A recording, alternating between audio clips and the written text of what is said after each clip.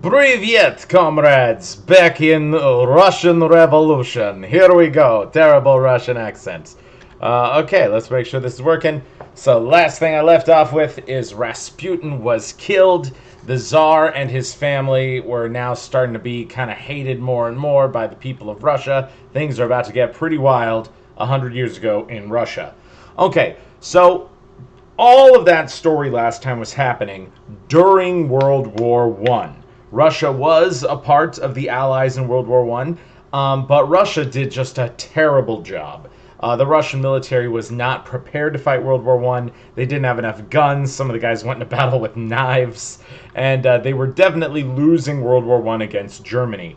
To make matters worse, so much of the German military was fighting in France. Only a tiny fraction of the Germans were fighting in Russia, and the Russians were just simply getting wiped out.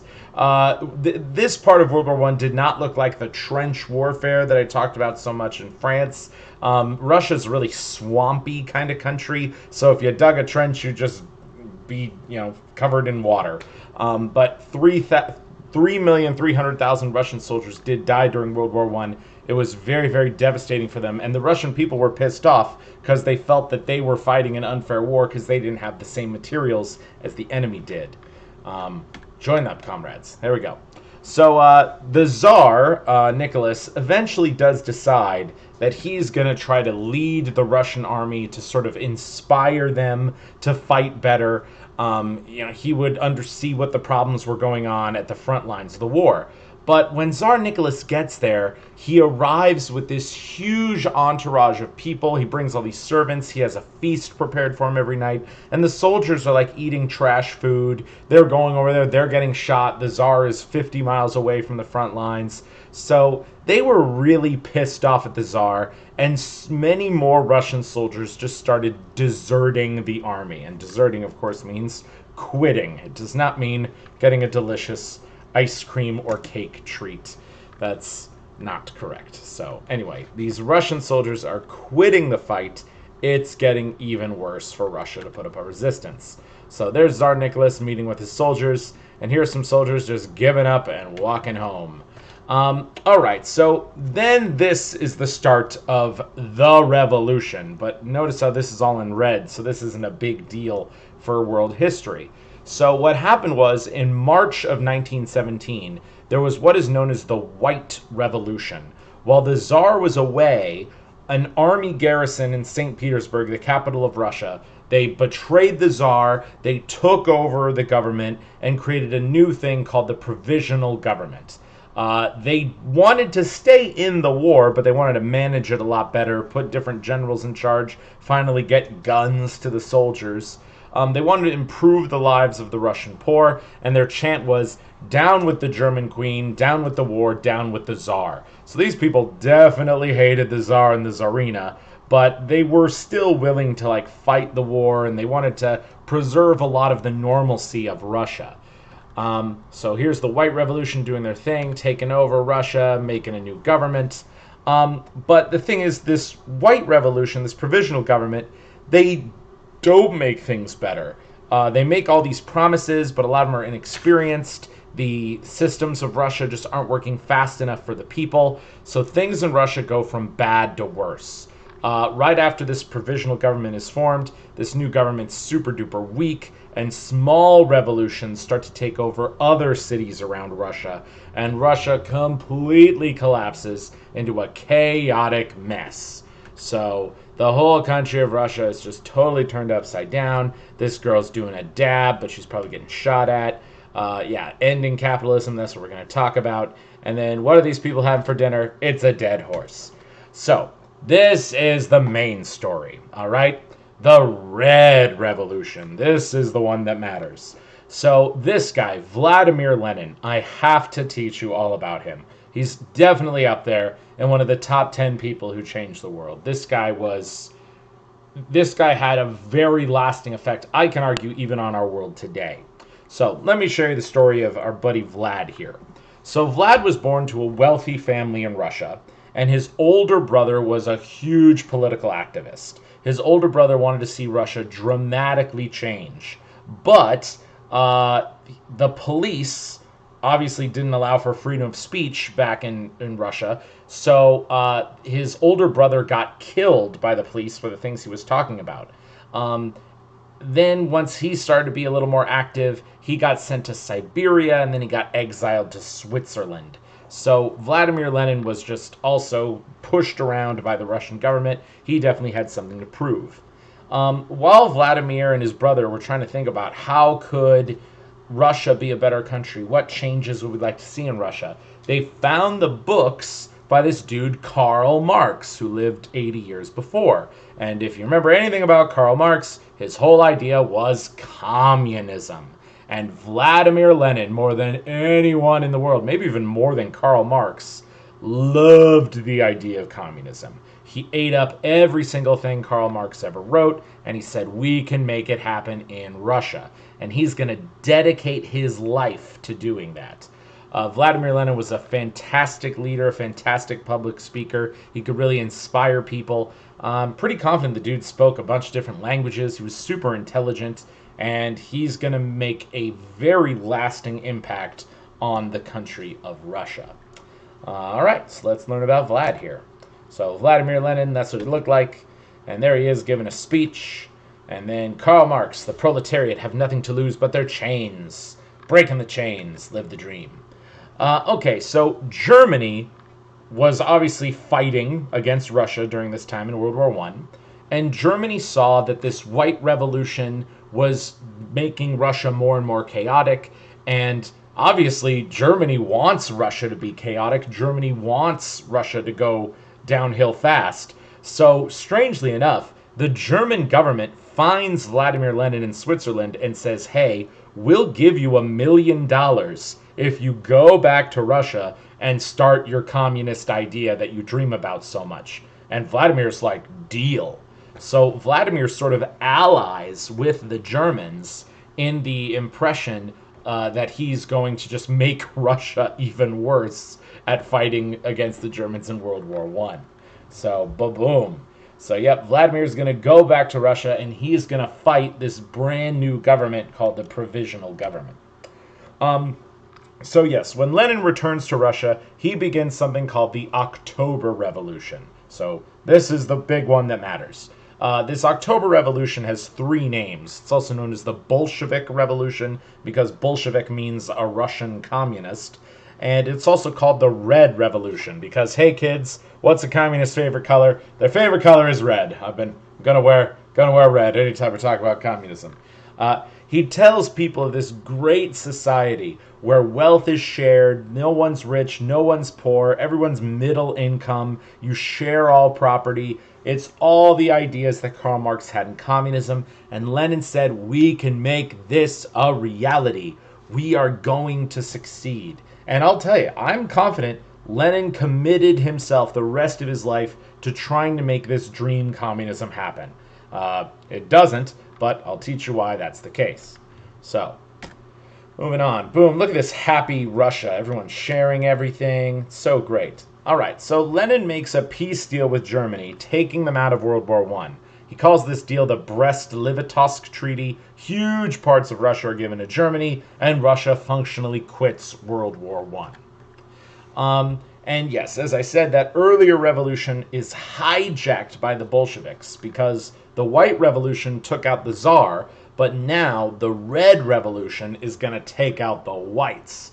So the Bolsheviks quickly become the most powerful group in Russia. The Bolsheviks have this promise, peace, land, and bread. So they're taking them out of the war. They're redistributing land, finally giving those people who used to be serfs some kind of money and equality, bread, food, great.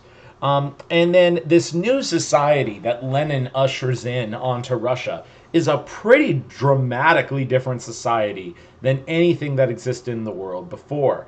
He gave women 100% equal rights. I mean, all throughout the history of his new country, women have risen to great positions of power. Women do everything men do. He really is anti-racism to a huge degree. I mean, the second guy in charge of the Soviet Union, he wasn't even ethnically Russian. No masters, no slaves. Everyone is called comrade. And this is something you'll see in every communist country in the world. You don't say, yes, sir, no, sir, doctor this, professor that. Lenin said all those titles kind of show class distinctions amongst people. He said, get rid of titles. I am Comrade Lenin. You are Comrade Brown, Comrade Steve, Comrade whoever. Okay? Everyone is comrade. Everyone is comrade now. That is Russia. Great. All right. So let's check it out. Here they are. That's the idea of this communist revolution. All the different colors of people. Multiculturalism at its finest. Everyone gets a gun. And then there they are, breaking the chains. No slavery in the Soviet Union. And there's they are, rising up to the challenge. All these people of different colors working together, doing the Russian thing. Okay, now the Civil War. This is where things get nasty. So the Russian Civil War is the Red Russians versus the White Russians. Okay, it's that earlier revolution versus this communist revolution. Reds were the Bolsheviks, whites were everyone else. And this Civil War, it goes on, like, I'm pretty sure until like the 1920s. Yeah, 1921. So this goes on even after World War I ends. And the Reds are united in central Moscow. The White Russians are scattered all over the country. And also, a lot of these White Russians didn't have the same organization and the same unification that the Reds did. Like, Lenin controlled all the Reds, but there really wasn't one person in charge of all the Whites. And some of those White generals, they even fought each other as much as they fought against the Reds. Interesting fact, the United States of America, we sent soldiers to help the Whites. So we sort of, kind of invaded Russia and assisted the Whites in trying to put down the Reds. We, of course, lost. But, yeah, the whole world was against the Reds, but the Reds eventually win. And I will tell you why. So, boom. Here's this idea of this Russian Civil War going on. Those are the weapons they were using. And, the Bolsheviks, the way they win is by being just crazy brutal. Lenin famously said this line, "You are with us or you are against us. You join us or we will kill you." And there were plenty of situations where there was like a farmer who just wanted to stay neutral. Like, hey, I'm just living on my land, farming my food, feeding my family, leave me out of this civil war. The Whites would come and they'd be like, hey, give us some of your food. He's like, nah, I'm not helping anybody, and the Whites would leave him alone. But when the Reds would show up, they would say, like, give us your food or we'll kill you right now. So they didn't really have a lot of a choice. And Lenin's best general was this dude named Leon Trotsky. He led this organization called the Cheka. And the Cheka were secret police who just killed anyone who opposed communism. If you spoke against communism, the Cheka would kill you. If you wrote a newspaper article saying, like, the Whites are the best side, the Whites are going to win this war, the Cheka would hunt you down and murder you in your sleep. So they started to really kind of make this idea of this peaceful, communist, amazing country into this terrorist, kind of oppressive, authoritarian state. And it's going to set a precedent for so many communist regimes to come. So, hello, comrade. We heard you spoke ill of Vladimir Lenin. Did you say this? No, I did not. Well, we have here a piece of paper with your name. You will denounce this or you will be shot. Okay, pretty hardcore. And here's communists just murdering people. It's really bad. And then, boom, the Russian Civil War. That's what we're talking about. Okay, so what happened to the Tsar and the Tsarina? Well, early on in the Civil War, Lenin had found that where the Tsar and the Tsarina were being held by the Whites. He took them over, put them in a prison of his own, and eventually there was a part of the war where he thought it was going to go really bad. Like, the Reds were losing a lot of ground. They needed something to kind of, increase the morale of all the communists fighting in Russia. And who is more a symbol of the old system of Russia, this old system where there were these super duper rich people and everyone else was a slave, than the Tsar and the Tsar's family? So Lenin ordered the Tsar, the Tsarina, and all the kids to be woken up in the middle of the night. They took them into a basement and they just machine gunned them down. So there goes the end of the Tsars. Bye-bye, Romanovs. Rasputin's curse came true. Trotsky also was super hardcore when he was the general. He was saying that any Bolshevik soldier who showed weakness, any communist that tried to retreat in battle, immediately shoot him in the head.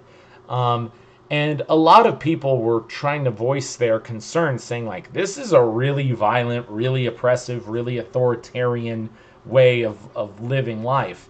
But Lenin said, look, this is war communism. After this war is won, society would achieve true communism. After we kill all the bad people, then all the people on our side will have happiness, prosperity, peace, love, bread, all that fun, great stuff. I'll tell you, kids, it never really happens. This kind of goes on for the next 80 years, but hey, there you go. So, yeah, Polish priest being executed for not liking communism. Here's the body of... This is what happened to the Prince of Russia, little Alexei. That's where they found him, dead in a ditch in a forest. And then, boom, killing people. That's what they did. Okay, so by 1922, the war is over. The Bolsheviks officially renamed themselves communists, even though they're like synonymous already. And they also renamed Russia to the Union of Soviet Socialist Republics, or the USSR. And until 1989, that's what Russia's going to be called. Interesting fact, the way you spell USSR in Russian is CCCP. So you're going to see CCCP on a whole lot of my Russian materials, and that's just what it means. And Russia also came up with a new flag. It's a star, kind of like the North Star, shows people the direction where they should go in society. And then also the hammer and the sickle. This is a sickle. The hammer represents factory workers, and the sickle is a tool used to farm wheat. So it's the farmer and the factory worker, the working class, united, taking over Russia, soon taking over the whole world. Communism will succeed. Excellent. They really have a great national anthem. I recommend you look it up on YouTube. So, ba-boom. The CCCP, hammer and sickle, mighty Russia. Okay, so here's some propaganda posters from Russia that I'd like to show you guys, try to explain these, show you kind of the message that Lenin wanted the world to see from his new country and the Russian people. So right here, this says like American production, you know, like so bad, so gloomy. America is this fat cat guy with gold glasses and rings. But this Russian guy, he's making a whole lot more progress. Things are getting better. Russia's this bright, happy place. So there's a lot of good art references in here. Look at this one, you know, the Russian man standing up against the evils of the capitalist world. One thing I'll tell you, the Soviet Union was anti-religious. They didn't make religion wholly illegal, but they weren't really a big fan of religion. They saw it as a way of stealing money from the working people. They also hate Nazis, duh. And then they also hate the big fat cat capitalists. So get out of here, you bad guys. And here's the Russian people worshiping the red flag. And then, interesting fact, the Soviet Union is the first country that sends a human being to outer space. So they really advertise the heck out of this. And there they are, bringing the hammer and sickle into the far corners of the galaxy. And this American guy's like, hey, Soviet Union, you want some eggs and milk? And he's like, nope, we're going to do it ourselves. Russia for the win. And then, yep, right here, hammer and sickle. Pretty awesome stuff. Okay, I think I'll stop it here, and I'll have one more video for the Russian Revolution. Peace out.